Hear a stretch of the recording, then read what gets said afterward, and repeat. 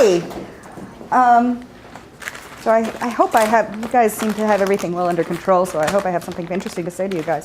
I was thinking while you guys were working, I was sort of trying to do a little extra stuff of my own in terms of, I mean, I clearly wrote 2 books full of food memories, but it occurred to me that there are two memories that I have that I haven't ever written down that are very simple and primal, and they're both really sad. The first thing that came into my head was the very first time I ever had pimento cheese sandwiches was at my grandmother's house after her funeral, and my aunt gave me one and said, you know, oh well, these are probably not fancy enough for you, but I loved it. I thought it was delicious. But every time I have pimento cheese sandwich, I get really awfully sad. The second one is even worse. The second one, when I was in 4th grade, my parents got separated, and they were separated for a year. And my father was seeing another woman, who I never, obviously didn't know very much at all about that, except that it was happening. And at the same time, I was cast in my very first play, and I wanted to be an actress so badly. And I was cast as Belinda Cratchit in A Christmas Carol. And every day I'd come out, after the play was over, I'd come out and I'd expect, like paparazzi and people looking for signatures, and every day it didn't happen. And then one day I come out and there's this beautiful woman standing there with long dark hair. She looked like Crystal Gale, and she said, I was wonderful in the play, and she handed me a Carmelo chocolate bar, which is a great big chocolate bar filled with caramel, and to me it was incredibly fancy, and I never had one before. And I opened it up and I ate it, and just like gooey caramel like drips out of it. It was just so good, and I knew exactly who this woman was and what she was trying to do, which was, and I felt so guilty that I loved this chocolate bar so much. And so now, I mean, I've talked about this in therapy. When you taste something so wonderful and rich, and it makes you feel terrible. And I think that kind of thing is what actually attracts me to food writing. That it gets into so much stuff. It's not all just about, oh, my grandmother made me cookies and it was warm and I was happy. And those are great, and we all have those, but it also taps into all kinds of emotions and feelings. And I think that's why I wound up, getting the inspiration I did from food. I don't think I'm of myself actually as a food writer per se. I think food just speaks to me. It's a prism that you can see, look at so many aspects of life through. And when I graduated college, I moved to New York, and I spent, 7 or 8 years doing just terrible temp work and, filing files and making Xeroxes and just being absolutely miserable, and wanting to write and not knowing how to write and not knowing what to write about. And so when I finally was inspired, I was inspired by a conflation of 2 things. I use another food metaphor. It was sort of a Reese's peanut butter cup moment where the chocolate fell into the peanut butter, and it was the invention of blogging. I started blogging in August 2002, when it was very much an infantile form, and my husband said, oh, well, you should blog about something. And I didn't know what he was talking about, and I was irritated by this blogging term, this ridiculous technical jargon he was using. And I was inspired by this book, which was my mother's copy of Julia Child's cookbook, Mastering the Art of French Cooking. And it was a book that fascinated me from childhood. Not because I would have eaten anything in it. I was a really picky kid, but I just found the book, the object, really fascinating. There are all these sort of creepy line drawings in it, and all these French words, and all these stuff I didn't understand. It was sort of kind of sexy, actually, and a little illicit. And so when I found the book again, that was the moment where I said, this is something I could dedicate my life too. I could write about every day. And so that was how I started. And I took on blogging as sort of I didn't even think about anyone reading it. I just thought, well, every day I go online, I'll write every day, it'll make me write every day, and I'll do a recipe every day. And so the writing that came out of that when I started blogging was very immediate and sort of unvarnished. I would wake up at 7 o'clock in the morning and write for 30 minutes before I went to work. So there were typos and, things I didn't have my self-editing thing on, so I said some things I probably shouldn't have, and wrote nasty things about my bosses, and it was all very immediate.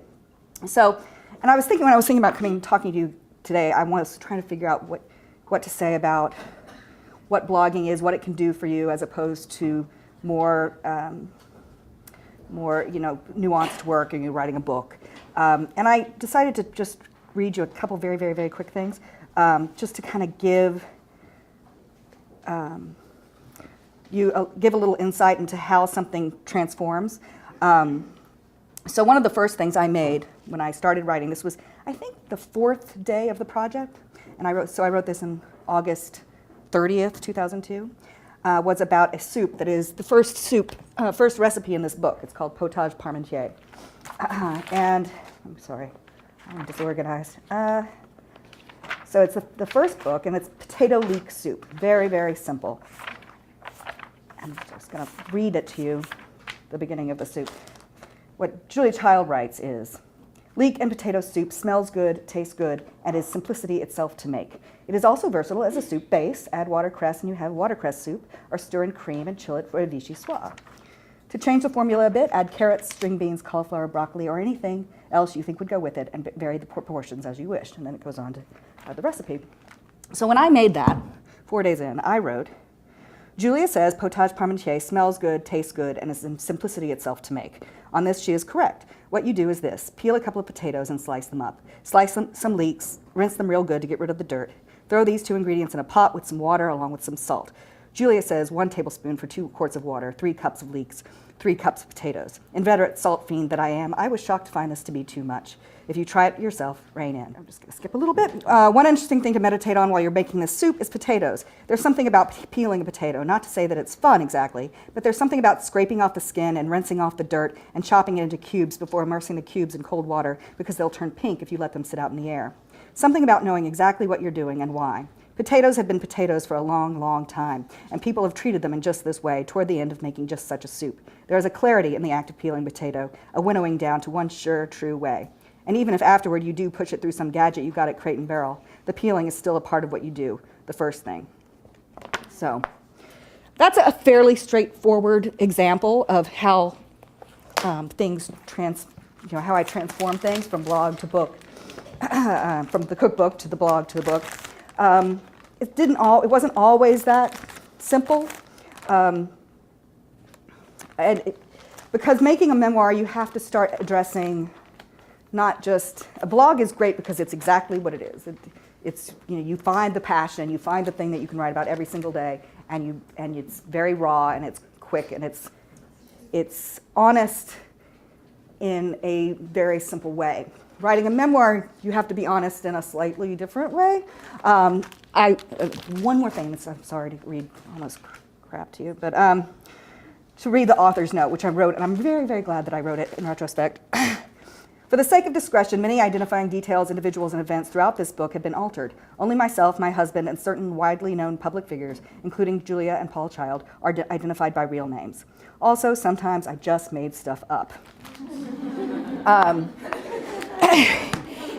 In the book, in the author's note, I was explicitly referring to the fact that throughout the book you will find little short scenes that are things I've imagined, scenes about Julia Child in her process of learning to become a cook and her relationship with her husband. And obviously I made those up. I made them up based on letters and her biography and trying to imagine things as carefully as I could. But I was also referring to the stuff that I kind of just made stuff up all the time. Little things like the soup that I made. I say in the book I made first and made it before I'd actually had the idea to do the project. I actually made it 4th time, and I already had started the project. So there are little things like that. And then there are bigger things. I remember saying to my husband when I was trying to put the book together that I feel like I couldn't have made a more honest book if it had just been fiction. There's a way that you have to write about real people and real events that there's a care that you have to take with that for yourself, but more for the people in your life. I found that in both my books. My second book was even much worse. Because you have to be, a memoir has to be honest to the truth, to the heart's truth. You can't write from any point of self-aggrandizement or polishing things up to look pretty or making fun of other people. None of that works. You have to come from emotional truth. But emotional truth and truthy truth aren't always exactly the same. I had to learn a lesson there in sensitivity to others and to others' storylines and respecting what their stories mean to them and not just using them for myself, though you always use people. You know what I mean? As a writer, you're a user of people, and a user of other people's stories, and that's part of the deal. But you need to, at the same time, respect that. And I think that I'm really happy that I learned that lesson with the first book, because my second book deals with much more sensitive subject matter, much more intimate subject matter, and I had already learned that I had to be super, super, super careful in walking that line between honesty and respect for other people. So that was a great lesson for me. The great thing to keep in mind about blogging, the unique aspect of the medium, and this is something I learned, I think I probably learned it in a way that it would be actually impossible for anyone to learn it now, because blogging has become so much a part of the culture. And when I started, there were thousands of blogs, not millions upon tens of millions of blogs. And it was a very new, I actually went back to look at it when I was preparing for this, and it looks like, it's like caveman drawings. It's just so crude, and so you would just laugh if you saw what it looked like. I couldn't figure out how to post pictures, and I have sometimes been called the first food blogger, and I don't know if that's true, but people would ask me, that's a really innovative choice to not put pictures on a food blog. Yeah. you actually go back to the early ones, and there were these attempts where, okay, I'm going to try to post a picture now, and there are these, I got one of those little icons with the question mark.